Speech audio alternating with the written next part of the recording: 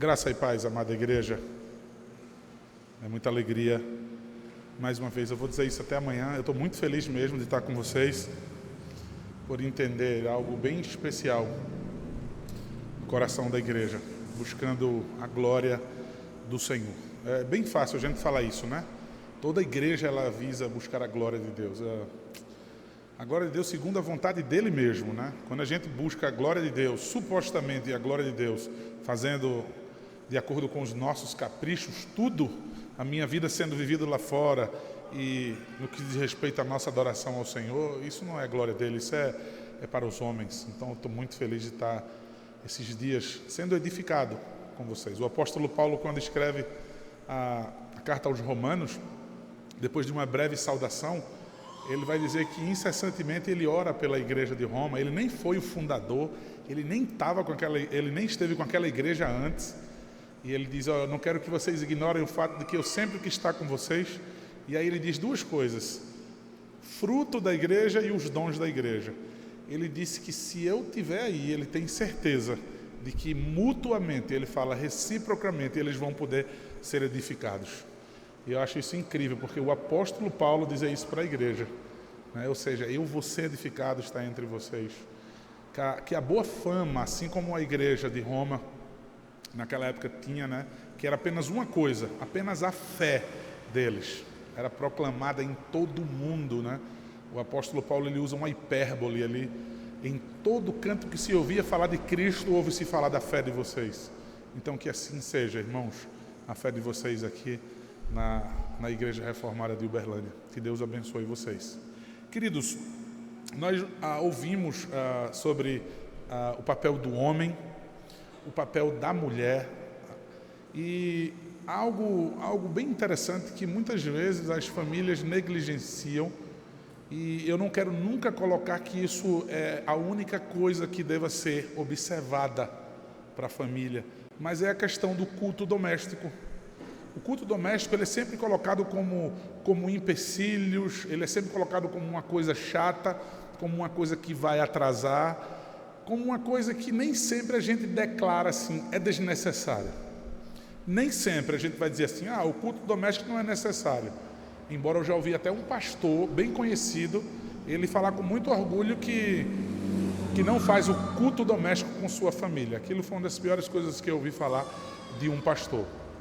Mas, irmãos, nós falamos hoje muito sobre reforma e reforma das igrejas.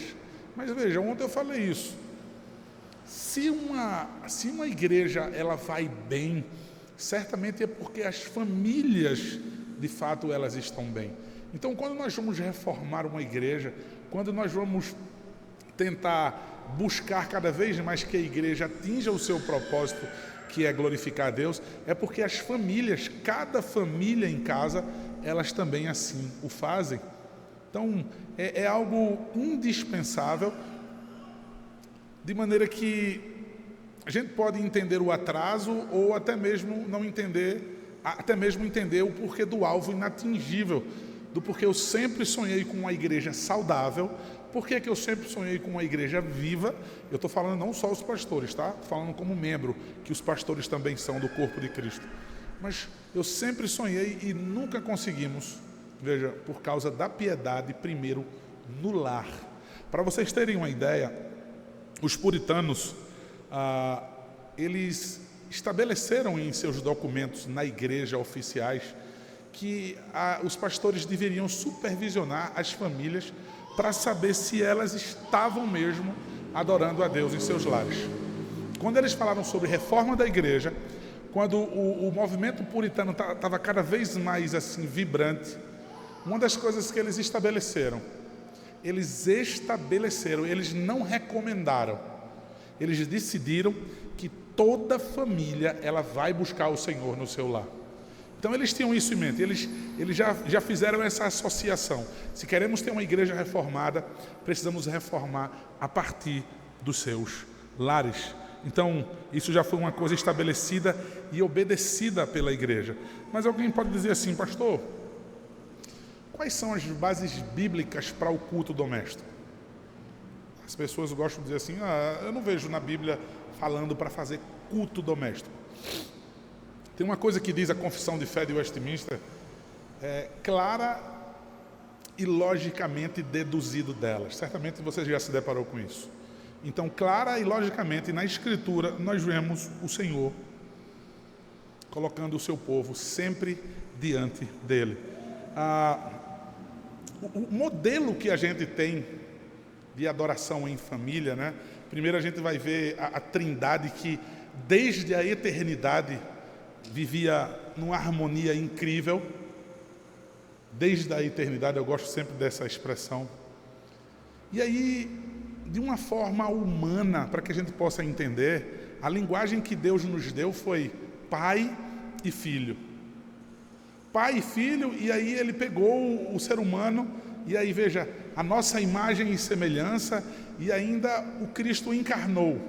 Então, nessa associação que nós temos, a linguagem bíblica, como em Efésios capítulo 3, versículo 14 e 15, diz, o apóstolo Paulo escrevendo a esses irmãos, o Pai de nosso Senhor Jesus Cristo, do qual toda a família nos céus e na terra toma o seu nome. Então essa linguagem de família foi o próprio Deus que estabeleceu. Isso não é uma invenção humana, não é uma invenção de tradição judaica. Foi o próprio Deus que estabeleceu essa questão, esse conceito de família. E naquela família que Deus criou primeiro, onde só existia o homem e a mulher, existia ali adoração diária a Deus. Existia ali culto doméstico no Jardim do Éden, porque Deus todos os dias aparecia na viração do dia ali e se encontrava com o homem. Então ali o homem adorava a Deus de uma maneira muito mais singular, de uma maneira muito mais especial, que é o que nós faremos quando estivermos na glória. Mas de que o próprio Deus aparecia, eles estavam diante do próprio Deus, ouvindo a sua voz e falando com Deus. Então, nesse relacionamento, ali o homem e a mulher, naquela primeira família, eles já adoravam a Deus diariamente. É algo, queridos, que mais uma vez eu vou colocar, nós colocamos muitas vezes como inconveniente estar na presença de Deus. Irmãos, vejam que chato. Adão e Eva no lugar do prazer. Deus colocou o homem e a mulher no lugar do prazer. E de repente o prazer tem que ser interrompido para que eles tenham um relacionamento com Deus. Veja que chato. Eu estou lá curtindo a minha esposa, eu estou lá curtindo o meu marido, naquele lugar maravilhoso. E aí simplesmente alguém diz assim, porque agora vai começar o culto. Nós vamos agora adorar a Deus. Nós vamos agora entrar na presença de Deus. Olha Deus nos chamando, olha Deus aparecendo. Então esse é o momento do dia em que é um momento inconveniente. Nós temos coisas para fazer, nós temos diversões, descanso, mas eu tenho que parar para buscar a presença do Senhor. Eu tenho que parar para ouvir o Senhor. Muitas vezes, queridos, essa é a postura do nosso coração, ainda que não declaremos isso com a nossa própria boca.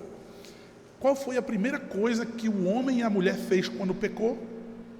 Quando desobedeceu? Veja, enquanto tinha um coração reto, enquanto tinha um coração puro, eles estavam na presença de Deus sem nenhum problema. Qual foi a primeira coisa que o homem fez e a mulher quando pecaram? Eles se esconderam da presença de Deus. Os puritanos diziam que a palavra de Deus é como um bastão, é como um cacetete ali que vai bater nos arbustos para que o homem possa aparecer, para que o homem possa assumir. Veja, eu tenho que voltar à presença de Deus. Mas parece ser algo inconveniente para os nossos dias hoje. Parece que ninguém consegue. Vejam, irmãos, eu lembro que quando minha primeira filha, a de 13 anos hoje, quando a gente começou o culto doméstico diário, que eu estabeleci que nunca mais nós iríamos negligenciar um culto doméstico. Veja, sem legalismos, mas de tudo que é saudável da rotina de uma família. Tudo que você imaginar que é saudável. Veja, academia, um filme, o dormir, o comer uma refeição saudável. Por que não está incluso? E por que nós não negligenciamos as outras coisas que nós temos como essenciais, mas a primeira coisa que é negociada é o culto doméstico? Eu lembro que a minha filha, quando ela tinha uns 4 anos, foi quando nós começamos diariamente o culto doméstico. Ela dizia assim, ela disse uma vez para mim, que chato. Ela tinha que parar para poder fazer o culto doméstico. E eu, com muito carinho, com muito amor, com muita dedicação, eu ganhando o coração da minha filha, as outras 3, né? Nunca eu ouvi das outras 3 elas falarem isso. Pelo contrário, as outras já me procuram com a Bíblia na mão e dizem assim, pai, o culto doméstico a gente não fez ainda hoje. E eu disse assim, minha filha, a gente já fez pela manhã. Foi mesmo. E teve em algumas ocasiões, não poucas, em que eu disse, vamos fazer de novo então. Vamos fazer o culto doméstico de novo, já que é o desejo do teu coração. E sabe o que é interessante, queridos? Sabe o que é interessante? O culto doméstico lá em casa, eu não uso fantoche. Nunca usei. Eu não uso pantomimas. Eu não me visto de palhaço. Eu não conto piadas. Eu não colo gravuras. Elas simplesmente sentam no lugar específico que elas escolherem e ali elas ficam reverentemente. Todas elas. Vejam, eu estou querendo colocar numa aplicação a questão do hábito, a questão do todos os dias, a questão do comportamento das crianças no culto. Eu lembro que um amigo meu estava morando nos Estados Unidos, pastor, e ele estava visitando a igreja do R.C. Sproul. E eu perguntei assim, meu irmão, tem crianças aí na igreja? Ele disse assim, Cadena, os bancos assim é lotado de criança. E eu disse, elas ficam comportadas? Ele disse, eu não sei o que é que esses pais dão a essas crianças não. Que elas ficam tudo comportadas. Deve ter alguma coisa que ele dá para as crianças para que elas fiquem comportadas. E aí eu entendi que na prática que as crianças do qual são submetidas ao culto doméstico diário, naturalmente elas entendem e ficam no seu lugar sentado, porque elas entendem que aquele momento ali não é um momento para brincar, que aquele momento do culto doméstico não é um momento de comer biscoito, que o momento do culto não é o momento de brincar. Então elas entendem que aquele momento ali é o momento de ficar quieta, é o momento de não fazer barulho. E aí, logicamente, queridos, que tem criança em determinadas idades, são pequenininhas e são crianças e elas vão fazer barulho mesmo, e elas vão se mexer mesmo, não tem como. Mas de que elas vão aprendendo. É uma das coisas maravilhosas, é os pais poderem ensinar os filhos, olha, é o lugar de ficar quieto. Eu lembro, queridos, que uma vez eu fui para uma reunião pequena com a prefeita lá de Maceió, e eu lembro que naquela solenidade ali, as crianças que estavam no colo dos pais não tinha nada a ver com o evangélico, não era culto, não era nada, né? Aí ela lá falando de política e tal, e eu percebi que as crianças que estavam ali não correram, não pularam, não gritaram, e eu observei aquilo durante muito tempo, a prefeita falando muitas coisas, mentindo, e as crianças lá tudo quietinho no colo da mãe, as outras crianças paradas, e eu pensei, o que foi que os pais disseram para essas crianças? Que elas estão comportadas. Então, por que é que nós não conseguimos fazer com que os nossos filhos parem e participem do culto doméstico? Mas vamos lá, estou colocando os filhos aplicando isso, mas a nós mesmos que nem nós, muitas vezes, temos uma disposição no coração de adorar o Senhor. Vejam só, queridos, a necessidade do culto doméstico é estar na presença do Senhor todos os dias. A base bíblica, irmãos, que eu posso colocar para vocês primeiro, Josué capítulo 24. Josué capítulo 24, especialmente o versículo 14 e 15.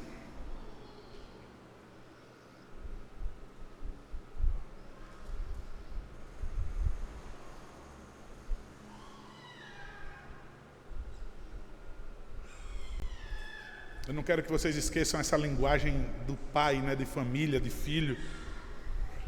1 João, capítulo 3, eu quero que vocês segurem Josué, tá? Mas 1 João capítulo 1, versículo 3, a nossa comunhão é com o Pai e com o seu Filho. Que maravilha! Com seu Filho Jesus Cristo.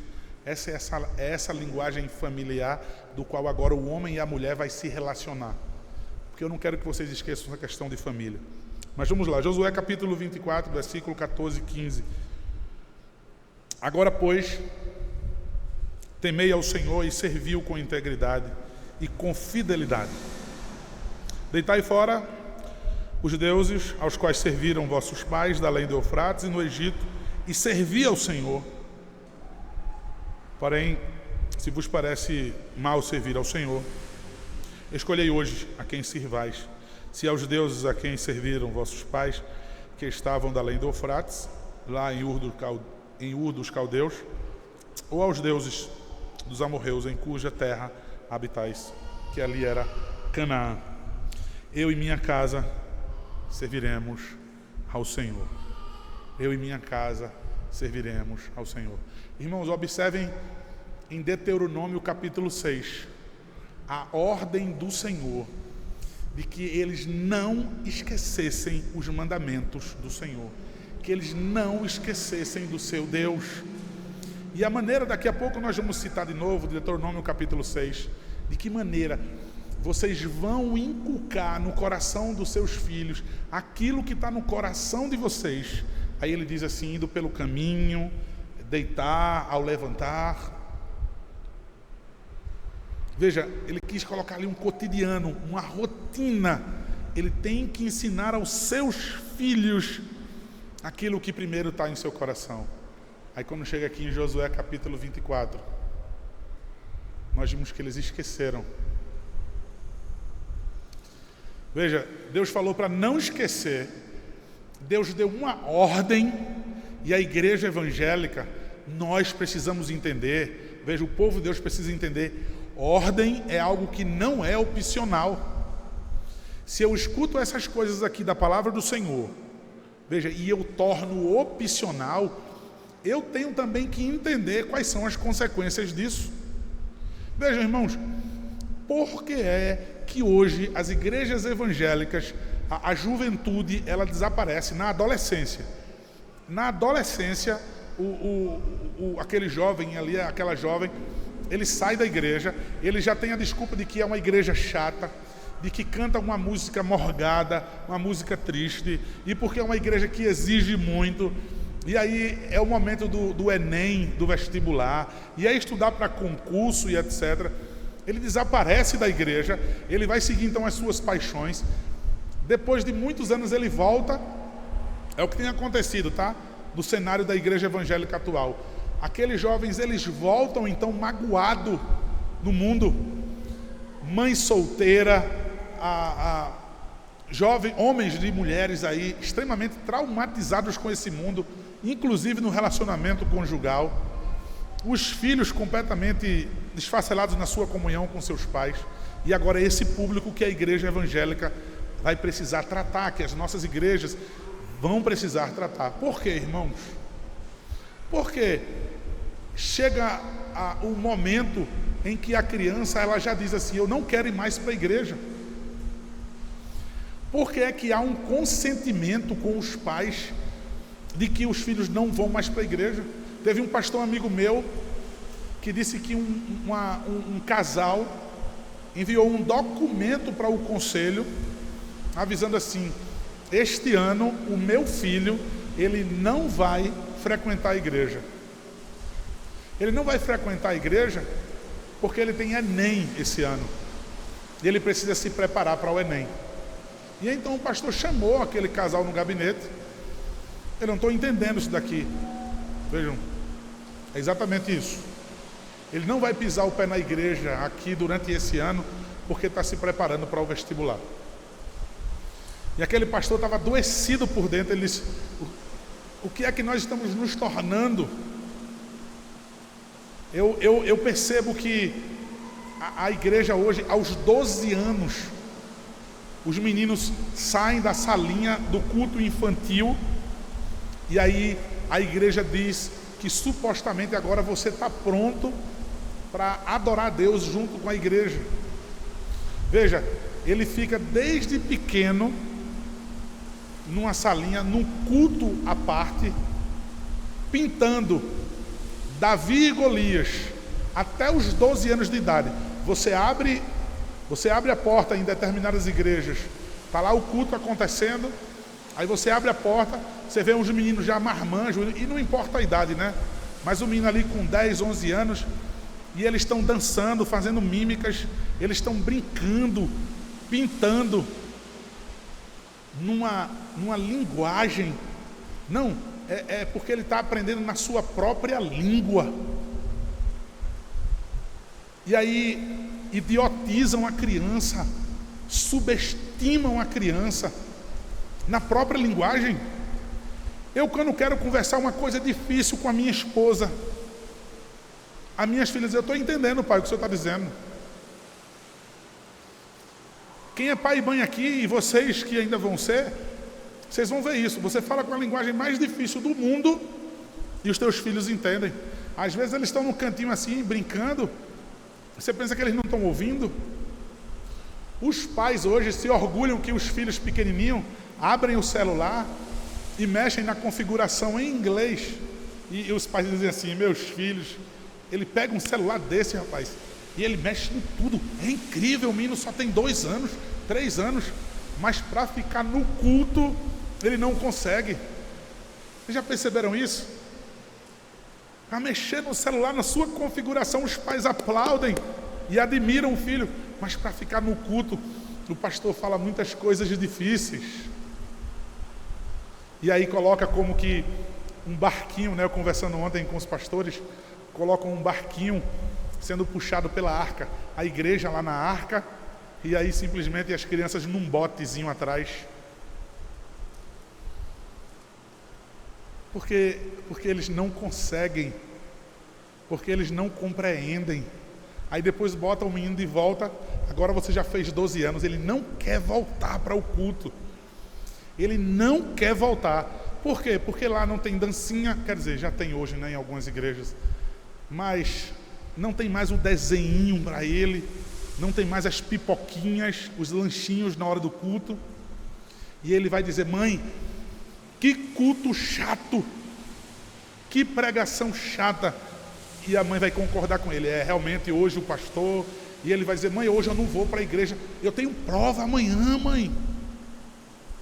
E os pais vão dizer: é mesmo, né? Ele tem prova. Os pais sabem que é uma mentira, mas já não tem mais controle. Irmãos, quem tem que ensinar os pequeninos a adorar? Quem? Eles vão aprender a adorar com quem? Veja, o único momento de muitas famílias, o domingo, e hoje já é opcional. Hoje as pessoas já dizem: hoje eu vou pela manhã e não vou à noite. Espera aí, opcional o culto de manhã ou à noite? Salmo 91, Salmo 92, me perdoem.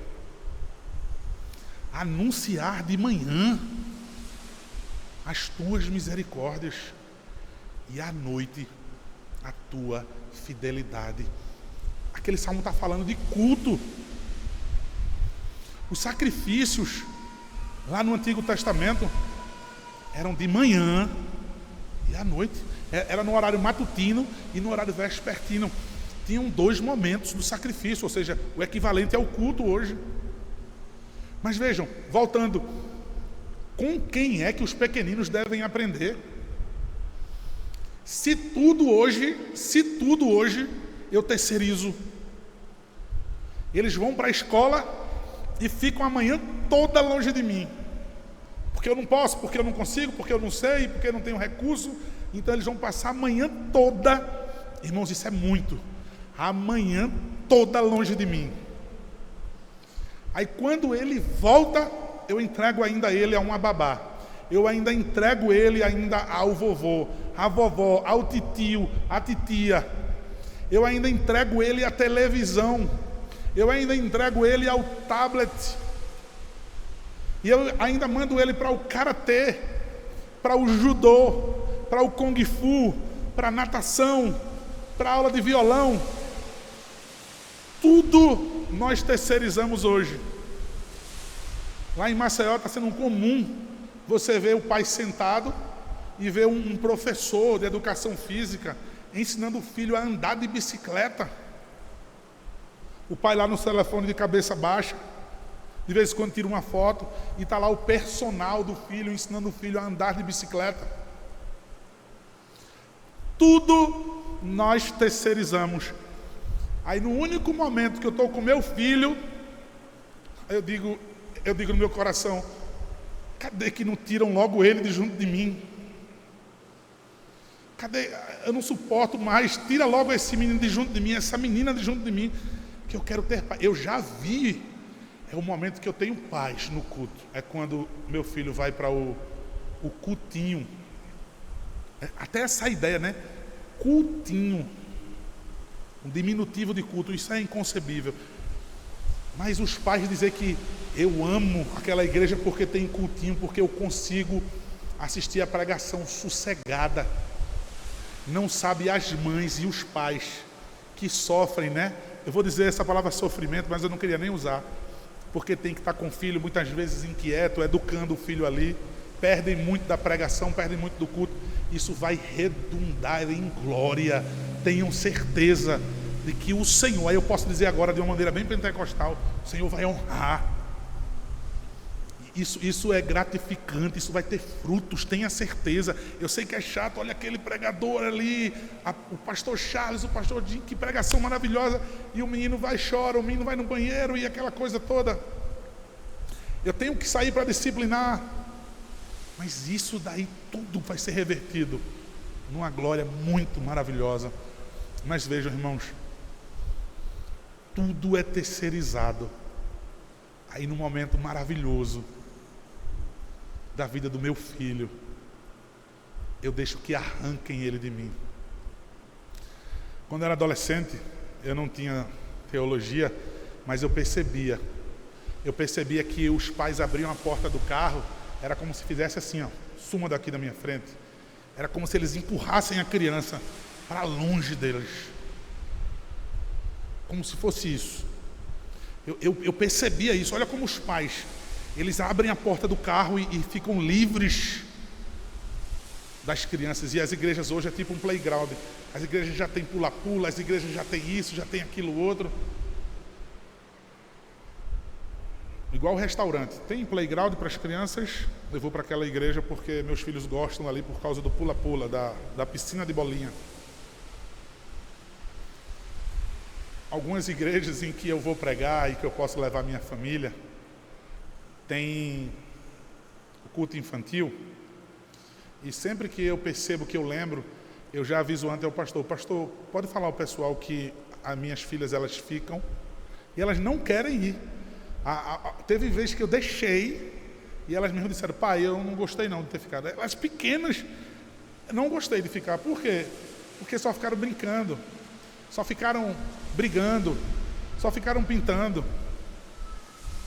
E elas dizem: nem cantou os salmos lá, pai. Algumas vezes que eu não lembro de avisar, eu já vi minha esposa lutando com uma mulher. Minha esposa: não, elas não vão, não, pode confiar em mim, confie em mim. Minha esposa: não, elas ficam comigo. E a mulher puxando, e a igreja toda vendo aquilo e rindo, e minha esposa: não, elas vão ficar. E minhas filhas já com medo daquilo. Teve algumas vezes que conseguiu tomar mesmo assim, parecia um sequestro assim. Quando minha esposa estava segurando uma, quando viu, já tinham levado a outra.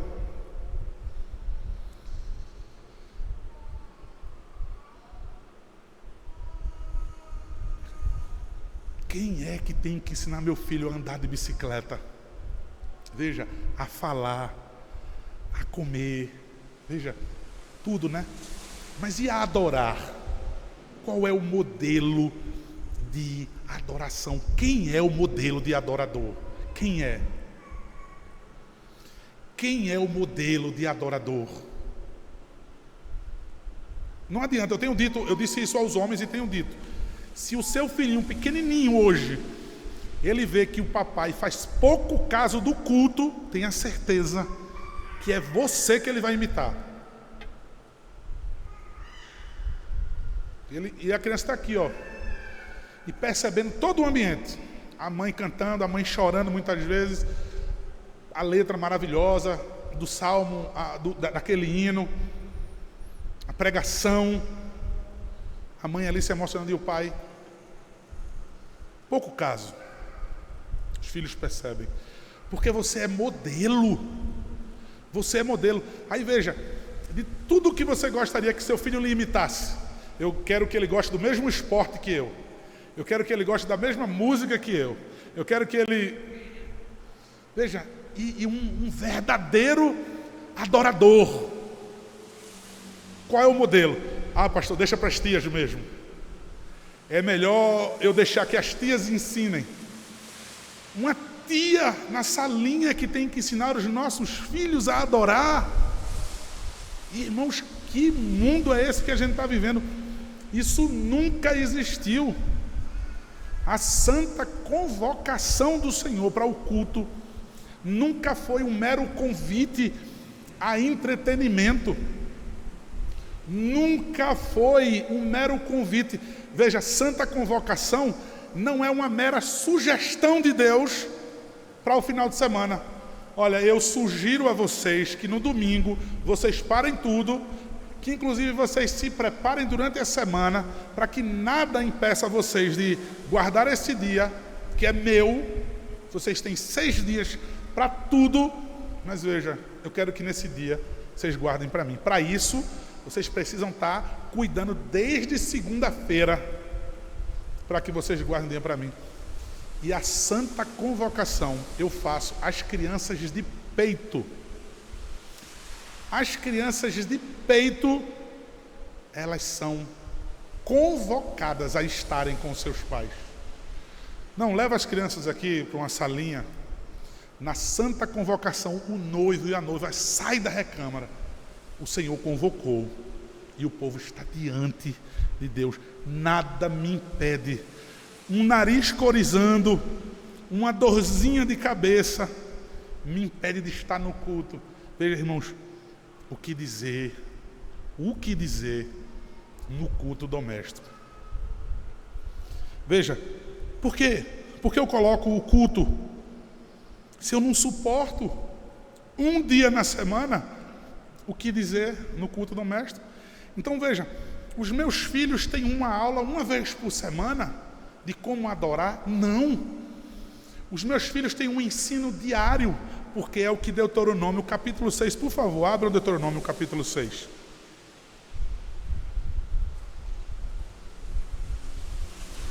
Deuteronômio capítulo 6.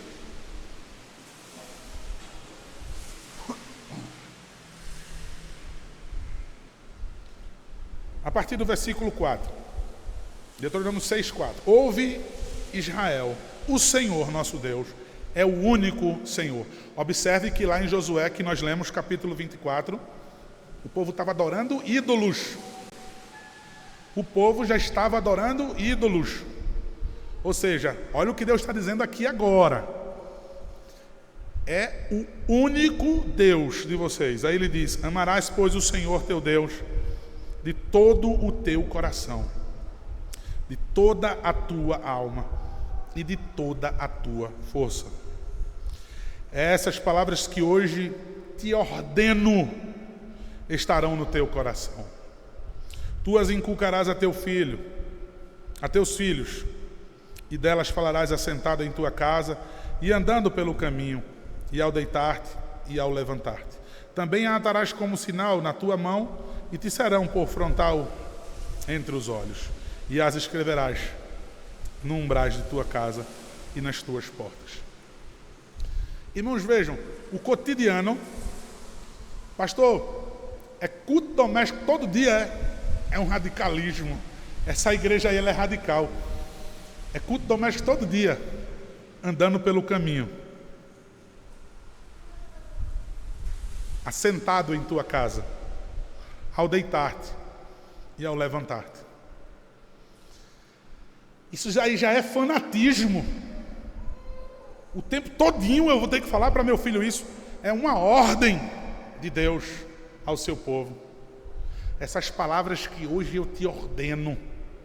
Irmãos, O mundo hoje evidencia o descumprimento dessa ordem. Josué capítulo 24. A idolatria tomou conta.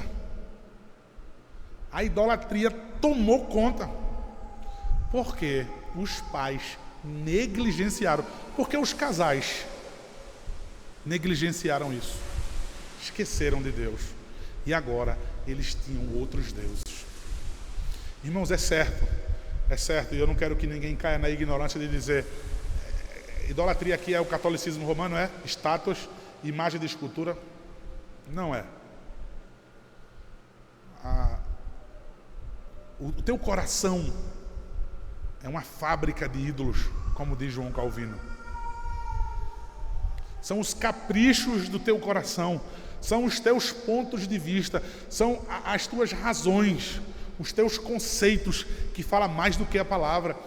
Veja, as tuas conveniências, o teu relativismo faz com que vocês mesmos, o casal, homem e mulher, esqueçam de Deus e assim aos seus filhos, e jamais vocês vão ter uma família piedosa, uma família que teme ao Senhor, mas uma família idólatra. Ele vai dizer, você vai atar na sua mão, como colocando figuras e símbolos dos quais você tem sempre perto alguma coisa que te lembre que você serve ao Senhor, a palavra do Senhor. Veja, você vai colocar no umbral da porta. Ou seja, quando você estiver saindo para o mundo, é isso que ele está dizendo aqui com os filhos. Quando você estiver saindo para o mundo, está lá na porta. Você está saindo, você se lembra que lá fora você tem que viver para a glória de Deus. E quando você está entrando em casa, você já viveu para a glória de Deus lá no mundo. Quando você volta para casa, aqui dentro também. É assim que tem que ser ensinado aos filhos. É assim. E aí Deuteronômio Josué. Veja, irmãos, ele como homem, ele como cabeça, ele decide. Veja, o todo, a massa, pode estar vivendo esse evangelho suave, mentiroso, essa reforma modinha. Todo mundo pode estar. Eu e minha casa serviremos ao Senhor. Irmãos, ele não, deixa eu contextualizar aqui como culto doméstico. Ele não colocou a adoração ou o culto ao Deus vivo e verdadeiro como algo opcional. Logo depois dele ordenar a Israel para que temesse ao Senhor, ele enfatiza no versículo 15 que o Senhor quer ser adorado e servido voluntariamente e deliberadamente pelas nossas famílias. Não é opcional. É isso que nós vemos aqui em Josué. Aquilo que Deus deu como ordem. Veja, vocês, eu vou entregar uma terra a vocês. Eu estou prometendo a vocês. E deixa eu te dizer, não esqueça do Senhor. Ele diz, aquilo que está no teu coração, aquilo que está no teu coração, você vai inculcar no coração dos seus filhos. Veja, irmãos, sabe por que hoje, diferente de Josué, a gente tem como algo opcional? Muitas vezes a gente quer inculcar nos nossos filhos algo que a gente nem tem em nós mesmos. Veja, quando eu digo é o reformodinha, essa turma reformada de hoje, é os reformodinhas. São apenas legalistas. Eles querem seguir algumas regras, algumas coisas, algumas mudanças em alguns padrões. O coração dele não arde, não efervesce para viver para a glória do Senhor, em santidade de vida. Ele não tem nada no coração dele, apenas acúmulo tolo de intelecto. É muito livro, é muitas regras, são muitas complicações. Ele não tem nada no coração dele. É por isso que ele não consegue passar nada, inculcar nada no coração dos filhos. Josué não tornou como opcional. Josué, ele reforça, irmãos, que o ato de culto a Deus, veja, ele é o exemplo. Ele se coloca como o próprio exemplo. Ele se dirige aos cabeças da família. Ele diz assim: eu e minha casa, eu decido. Ele se coloca como exemplo. Ele não diz assim: olha, não olha para mim não, olha lá para o pastor Charles, para o pastor Jim. Veja, ele é homem, ele tem personalidade, ele tem caráter. Ele diz: veja, eu e minha casa. É como Paulo diz: pode olhar para mim, pode me imitar, porque eu sou imitador de Cristo. Ainda que sendo pecador, ele tem moral para dizer: olha para mim, me imita. Josué, ele tinha moral para dizer: olha para mim, eu e minha casa serviremos ao Senhor. Ele quer que outras famílias façam, servir ao Senhor. Irmãos, essa questão do serviço, essa palavra serviço, ela está ligada também a atos de adoração a Deus. Não é apenas uma declaração de fé, porque eu sirvo ao Senhor, mas veja, está ligado a atos de adoração, como nós chamamos muitas vezes, serviço de culto.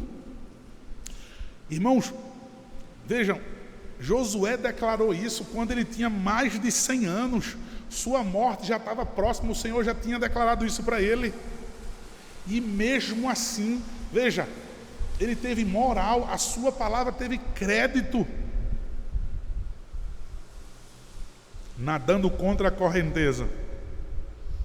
E aí nós vimos o relato bíblico do que é a influência daquele homem, que não seguiu o todo, que não seguiu a massa, veja, que não esmureceu, que não fraquejou. Aquele fanático ali, ele disse: eu e a minha casa, ainda que todo mundo tenha esquecido. Aí ele diz assim: vocês deitem fora os ídolos de vocês. Se vocês acham que não devem, se vocês já esqueceram por completo, decidam, sofram as consequências, porque eu e minha casa. Irmãos, Josué capítulo 24, versículo 31. Veja que impacto a vida desse homem. Serviu, pois, Israel ao Senhor todos os dias de Josué e todos os dias dos anciãos que ainda sobreviveram por muito tempo depois de Josué. Pela geração seguinte, os que sabiam todas as obras feitas pelo Senhor a Israel. Vejam que esse homem, o impacto dele, é por isso que eu falo, veja, a minha família dentro da igreja, ou uma pequena igreja,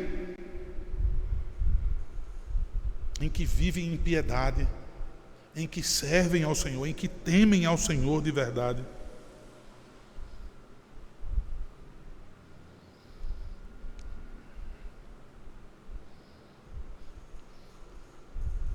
Como é que eu posso entender, pastor, sobre essa questão de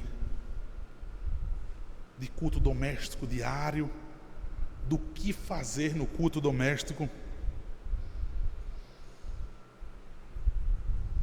A instrução, irmãos, diária da palavra de Deus. Se a gente lê Deuteronômio capítulo 6, que é indo pelo caminho, ao sentar, ao deitar, ao sair de casa, na rua, aonde quer que nós estejamos, o que é que é claramente e logicamente deduzido disso, irmãos?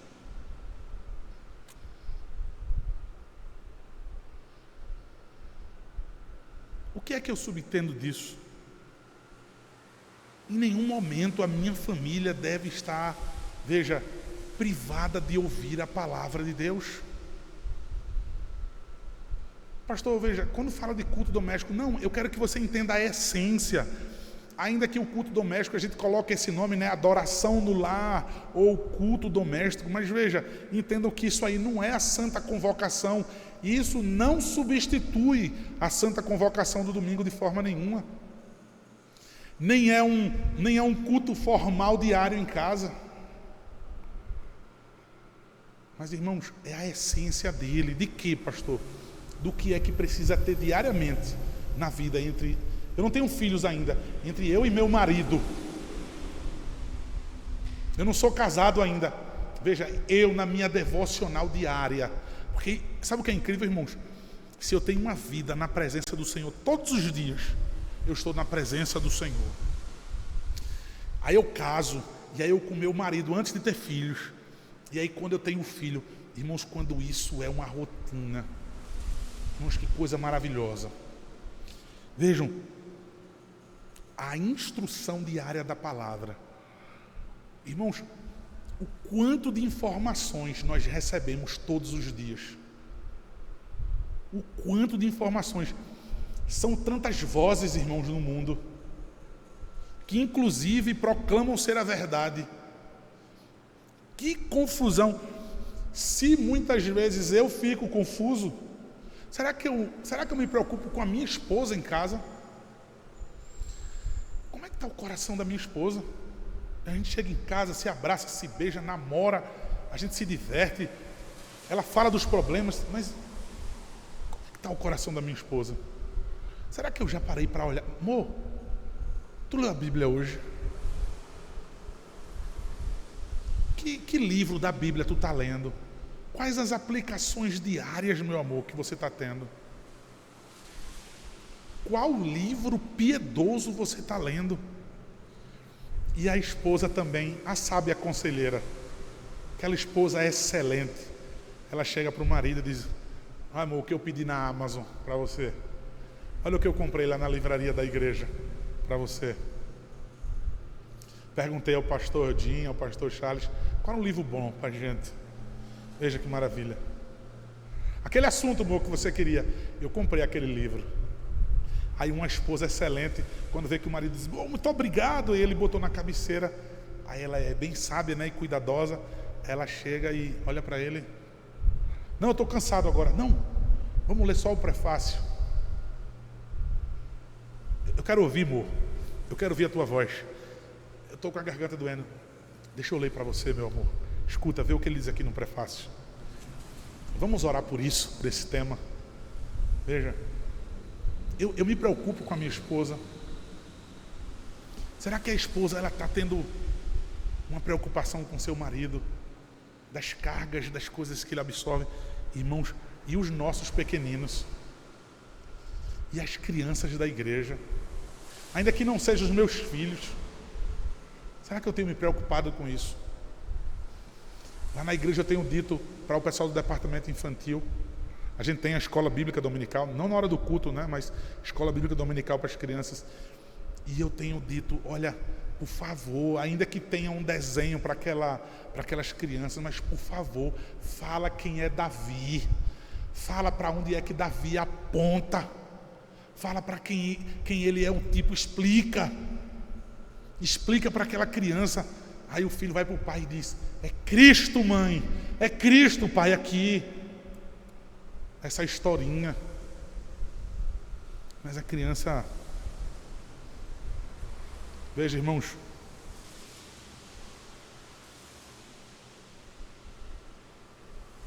isso deve estar no coração dos pais. Efésios capítulo 6 diz assim: e vós, pais, não provoqueis vossos filhos a ira, mas criai-os na disciplina e na admoestação do Senhor. Ou seja, na instrução do Senhor.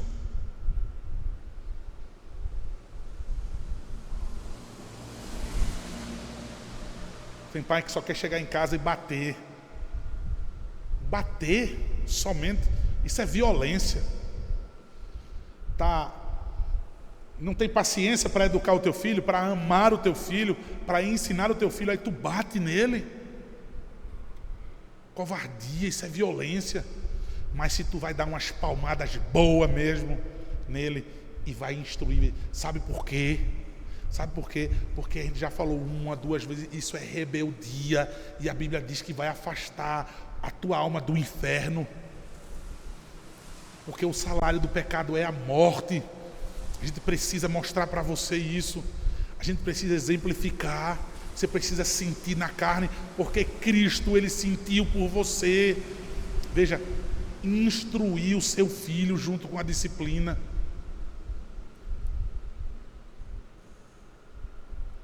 Atos capítulo 5, versículo 42. E todos os dias, no templo, de casa em casa, não cessavam de ensinar e de anunciar a Jesus o Cristo. Todos os dias, no templo e de casa em casa. Aí é demais. Aí é demais. A igreja primitiva, todo mundo gosta de falar isso, né? Eu vejo tantos pastores dizendo, a igreja primitiva, temos que voltar à igreja primitiva, a igreja lá de Atos. Tá certo. Todos os dias, no templo e de casa em casa, não cessavam de ensinar e de anunciar a Jesus, o Cristo.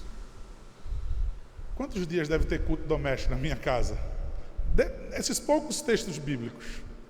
Deuteronômio capítulo 6, Atos capítulo 5. Atos capítulo 21, agora versículo 5. Passados aqueles dias, tendo-nos retirado, prosseguimos de viagem, acompanhados por todos, cada um com sua mulher e filhos, até fora da cidade, ajoelhados na praia, oramos. Irmãos, veja que incrível. Passados aqueles dias, tendo-nos retirado, prosseguimos viagem, acompanhados por todos, cada um com sua mulher e filhos, até fora da cidade.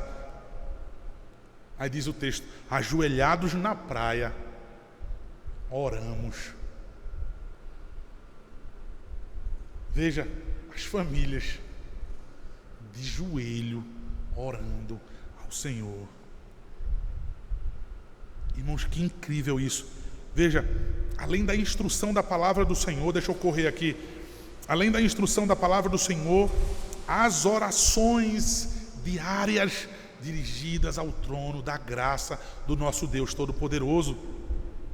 Jeremias capítulo 10, versículo 25.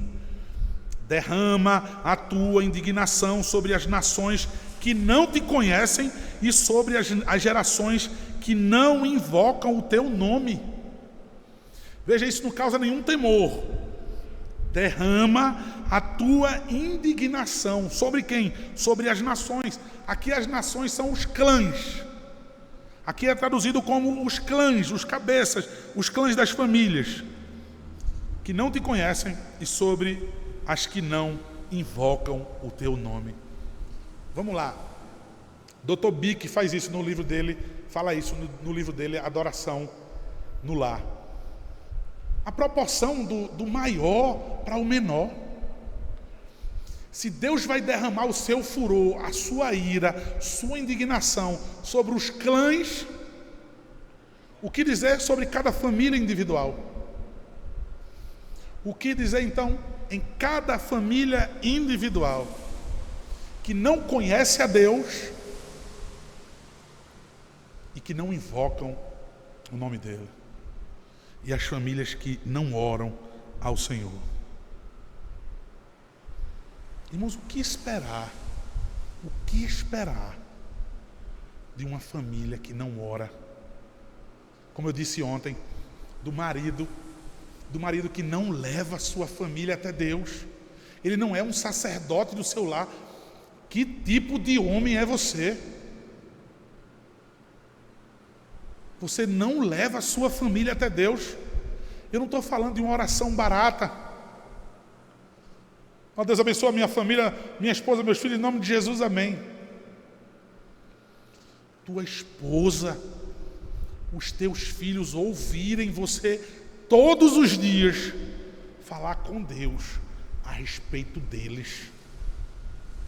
O sacerdote do lar, as orações dessas famílias.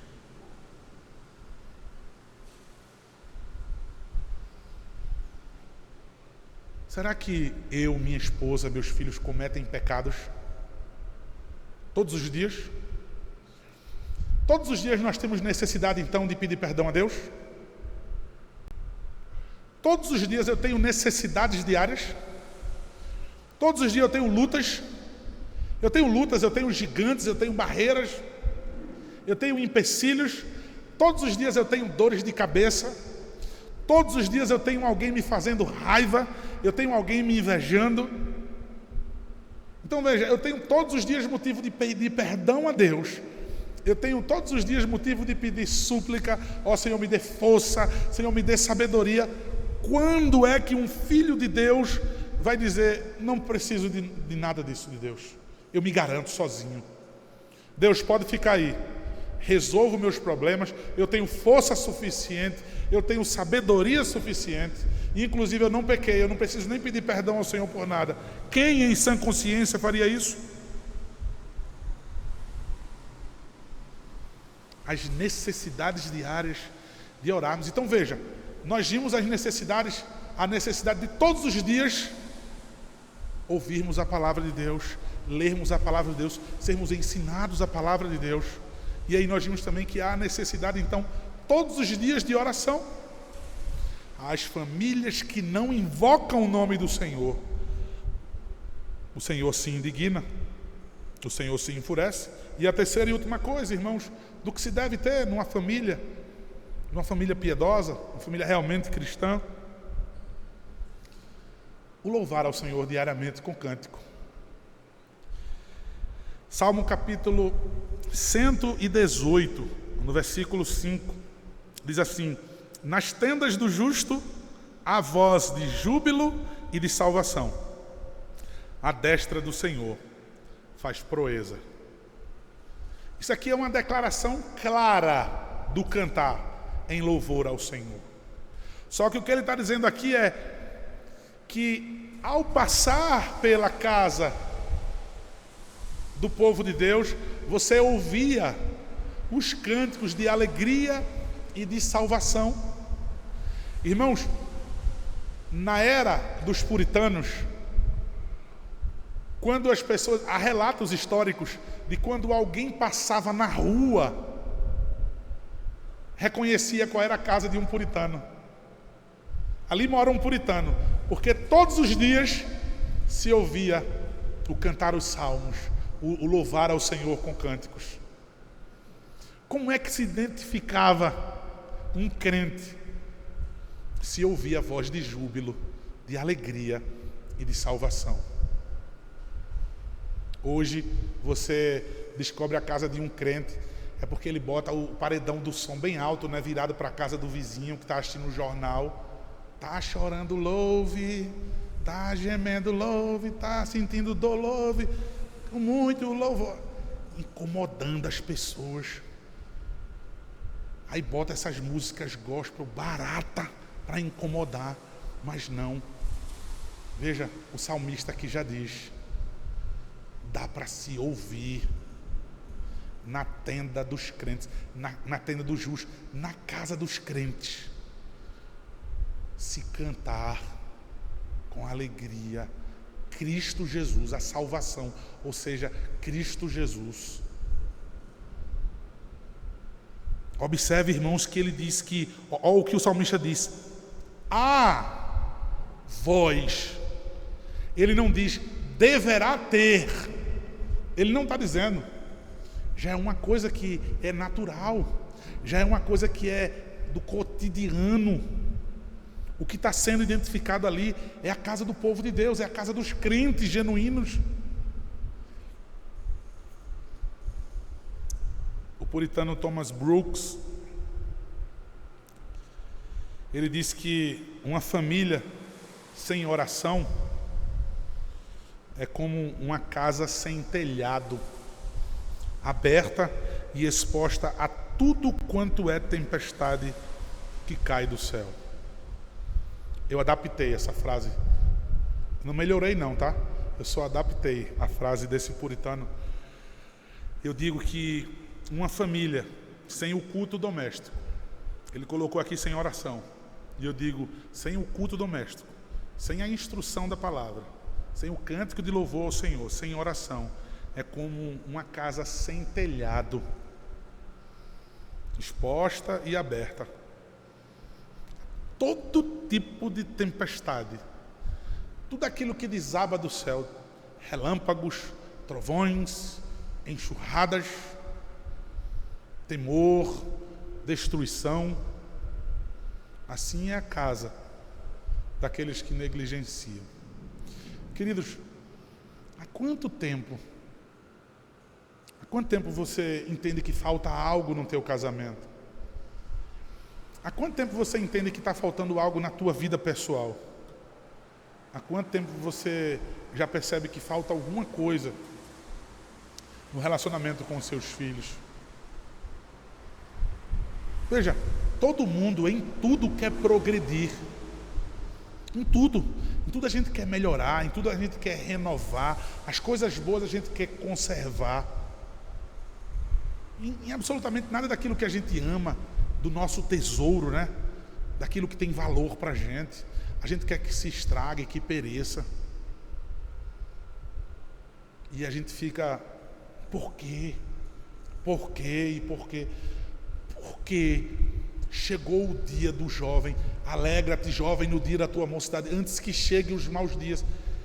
Chegou, pastor, esse dia. Eu não tenho mais prazer. Ensina teu filho no caminho em que ele deve andar. E antes, e até, né, quando ele se tornar velho, ele não vai se desviar dele. Sabe o que é que eu mais escuto, irmãos, dos pais? Sabe o que é que eu mais escuto dos maridos no relacionamento conjugal? Aonde foi que eu errei? Uma das coisas que eu mais escuto, criação de filhos. Pastor, eu criei meu filho na igreja, pastor.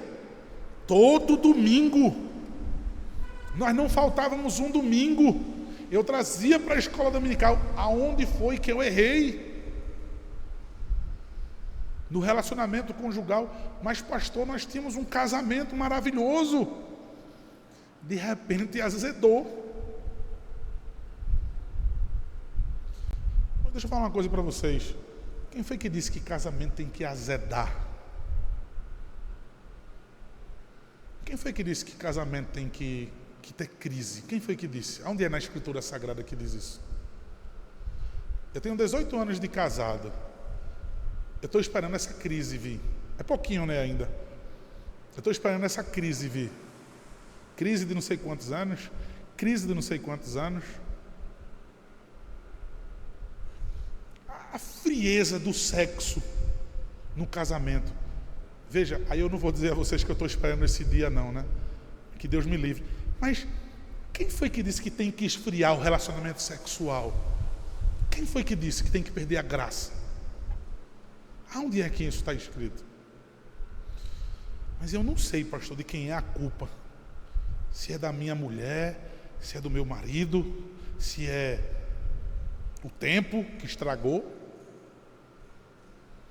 Veja, irmãos, isso não é um fim em si mesmo, nem entre outras coisas que pegamos e colocamos como centro. Mas veja, irmãos, uma vida diante de Deus, nós negligenciamos. Nós negociamos. E depois a gente quer que tudo vá bem dentro da casa da gente. Depois eu ainda quero que tudo vá bem. O que é que rege, o que é que controla, o que é que molda, o que é que conduz a minha família? Deus. Me fala sobre esse Deus, me fala como é o cotidiano da tua casa, me fala sobre a influência desse Deus no teu casamento, na criação dos teus filhos. Uma jovem, ela foi lá da igreja, ela sempre queria mostrar mais piedade do que todo mundo, sempre. E aí na reunião dos jovens, no estudo, né, dos jovens, aí eu lembro que ela sempre falava assim, ela falou umas 3 vezes, pastor, Jesus é... E eu pensava que ela ia dizer um bocado de coisa assim, um bocado de atributo do ser de Cristo, da obra de Cristo. Ela dizia, Ele é tudo. E ela ficava repetindo, Ele é tudo. E ela falava outra coisa, eu digo, agora ela vai dizer uma coisa, Ele é tudo. Outro dia ela fazia a mesma coisa. Que falsa piedade. Me fala 5% desse tudo. Me explica, exemplifica o que é esse tudo para a tua vida. Irmãos, os porquês estão explicados. Aí veja, queridos, eu comecei falando da nossa igreja. O sonho que a gente tem de ter uma igreja cada vez mais piedosa, uma igreja madura, uma igreja forte.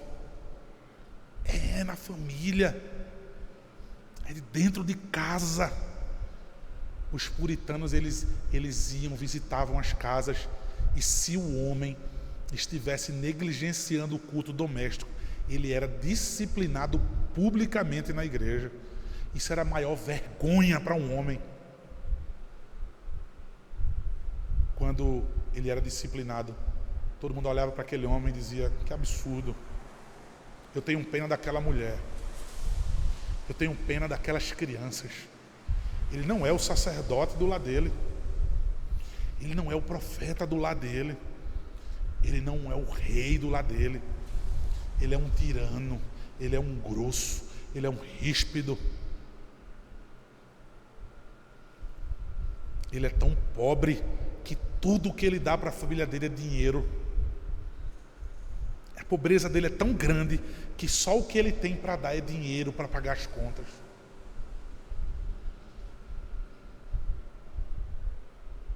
Por que a resposta, queridos, do porquê as igrejas são tão fracas hoje, do porquê as igrejas são tão irrelevantes na sociedade.